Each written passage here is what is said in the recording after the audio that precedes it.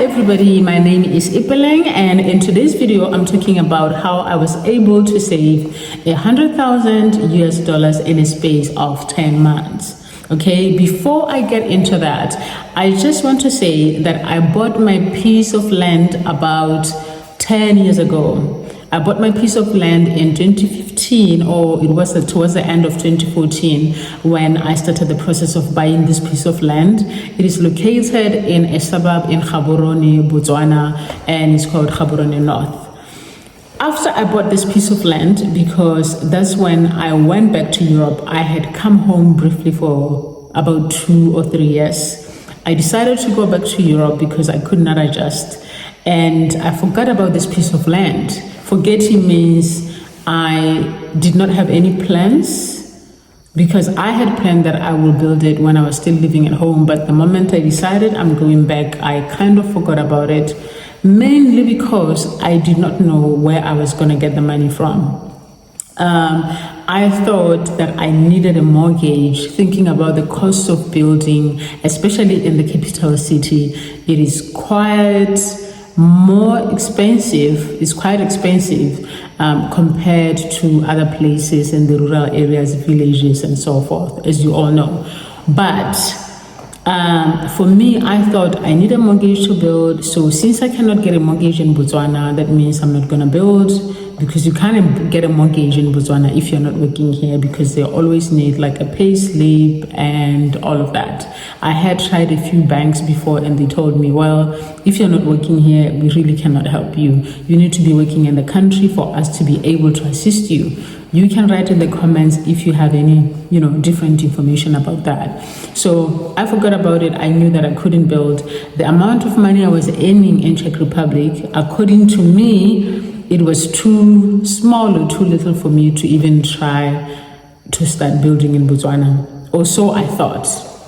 Until I moved to the UK last year. I moved to the UK last year, March, and I spent only 10 months in the UK. And in those 10 months, I decided actually before, I think the second month or the first month in the UK, I created an account, a savings account, using the bank that I was getting my salary in. I created a savings account and I just, had a goal, and I wrote £100,000. I wasn't able to save the £100,000, but I was able to save $100,000 in the space of 10 months.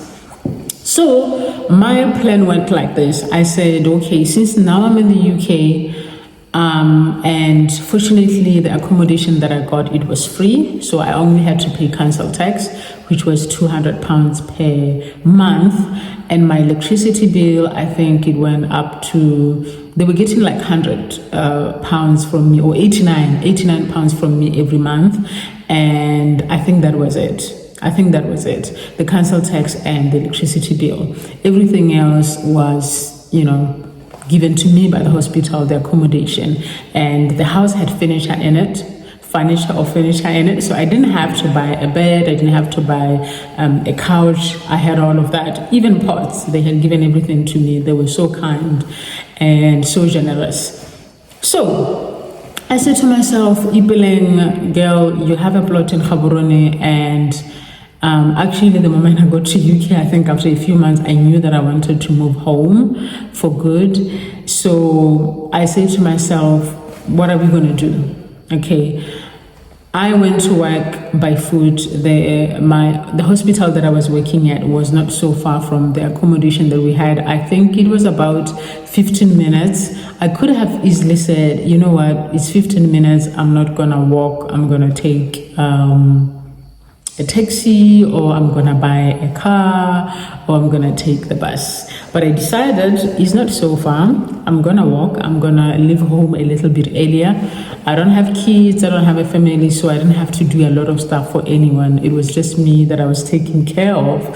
So I didn't get a taxi. That's number one of the things that I did, or that I didn't do.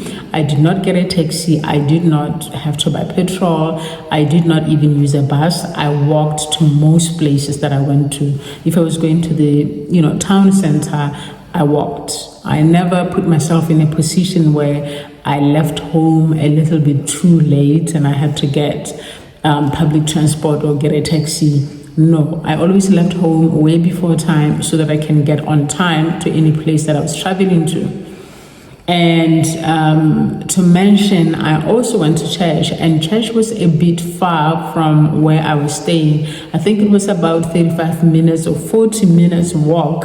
And when I walk, I don't play, okay? I almost run when I'm walking. So church was a bit far from my place, but I also decided that I'm gonna be walking to church.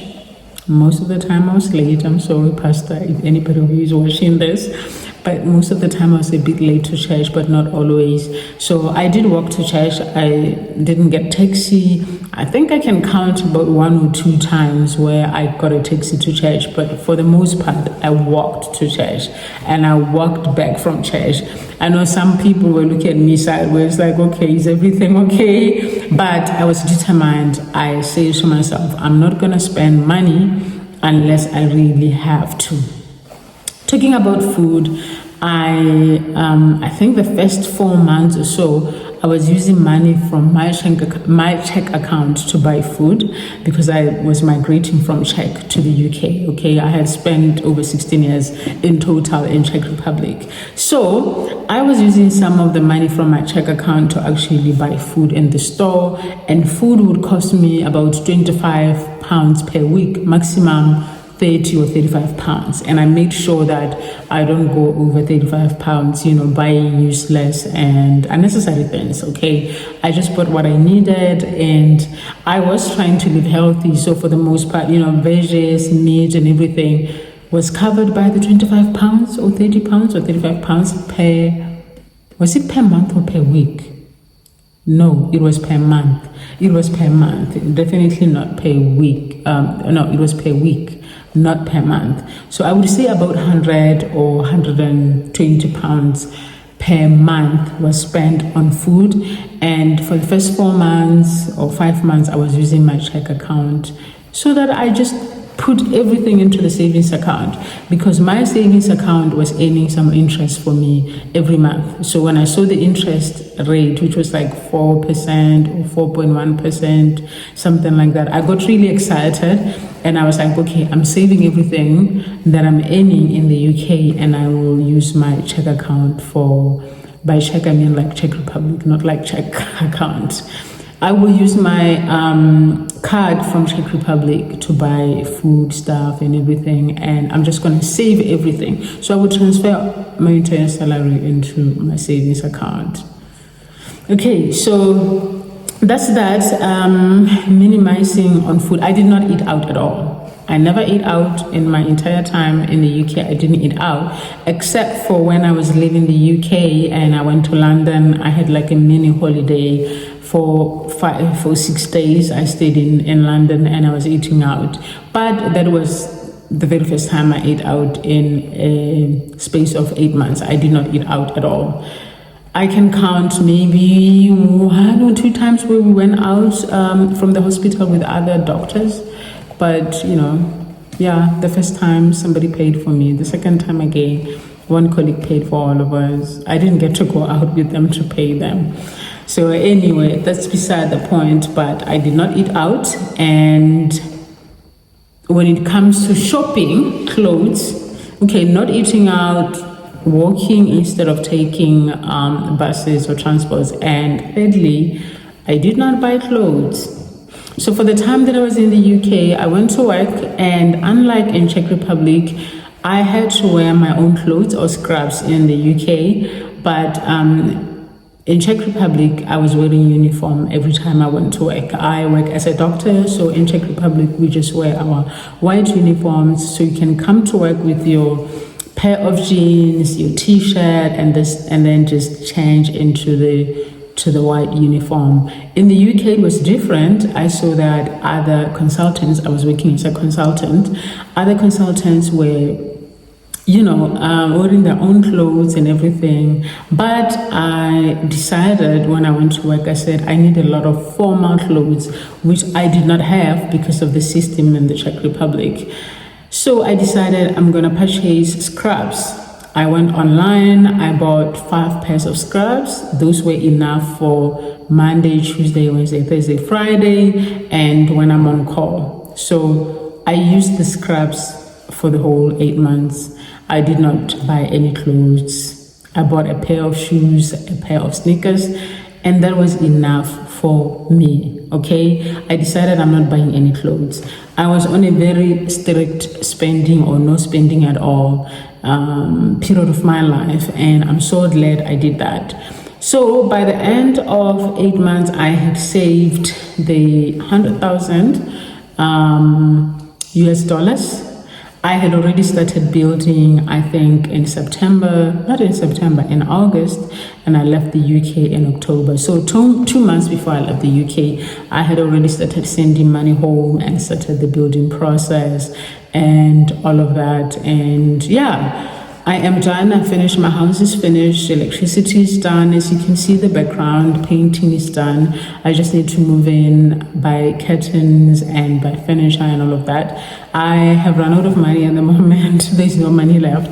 I used all of it for building, but the house is done. It is a 5-bedroomed house with 6 bathrooms and a cute little office. The kitchen is not too big. As you can see, the living and the dining area is not that big as well.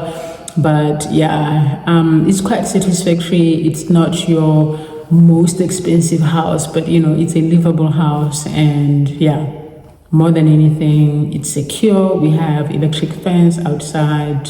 We have mortgage, intercom, all the nice little stuff, but at the same time, it's not your most expensive mansion. So it's quite a humble house.